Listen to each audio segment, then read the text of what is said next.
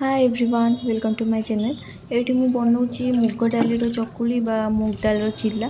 तो ताको पूरा भलसे ग्राइंड कर देना से खाली लुण ही ऐड करी तापर जमी चकुली बना जाए सेमती ही 2 स्पून माने 2 बेला पकईकी भलसे माने स्प्रेड करी आपको टिके पतला बनाऊँगी कहीं हजबैंड को बनाऊँगी एमती पतला वाला आउ क्रिस्पी टिके भल लगे। एबे ता ऊपर किछि मु काटिक रखी पियाज लंका पनीर टमाटो आउ किछि ब्लैक सॉल्ट एतिकी ऐड करके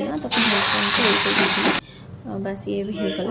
देन मो पे मु आउ गोटे वेट करुँची माने जहाँ भी सब रखी थी ना से सब को ऐड करदेली से जो बैटरटा रखी थी तापर से आउ किछि माने राशि ऐड करी तापर ताको भलसे मिक्स कर देना ताको माने एमती पूरा डोसा टाइप रे एमती पतला करिवार नहीं कि बेसी मोटा भी करिवार नहीं बस हल्का हल्का एमती टिके एमती ताको स्प्रेड करबा को बस एमती बढ़िया लगे। एटा भी सकाळु बेले बेले माने टाइम हुएनी एते सारा खाइबा बनैबा बोलिकिना एटा बनैबा ना बहुत इजी बेसी टाइम भी लगे बस ग्राइंड कर देन बनै दियो हेल्दी खाइबाटा भी।